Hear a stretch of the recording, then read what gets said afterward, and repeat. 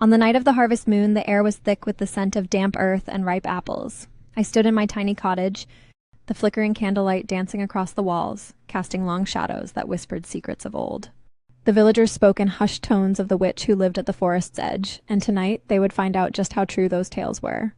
As I prepared my potions, I let my fingers trail over the smooth glass vials, each containing a different elixir of desire and enchantment.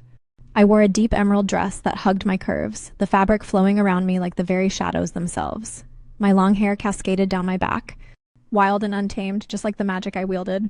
The night was alive with the sounds of the forest, but I focused on the ritual I was about to perform. I gathered herbs and spices, each one carefully selected for its ability to heighten passion and stir the heart.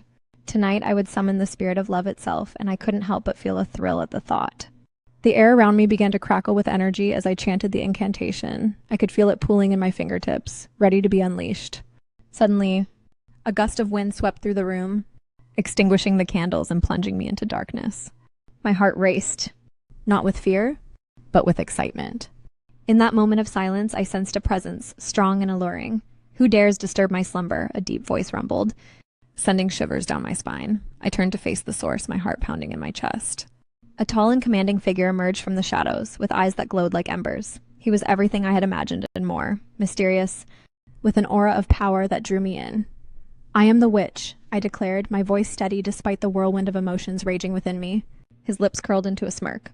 "And what is it that you seek tonight, witch?" I stepped closer, feeling the heat radiating from his body. "I seek to awaken the desires that lie dormant in the hearts of mortals. Would you like to join me?"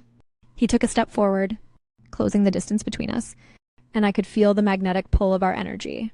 "I am no mere mortal," he replied, his voice low and sultry. "I am the embodiment of temptation." With a flick of my wrist, I summoned a potion from the table, the liquid shimmering with an inviting glow.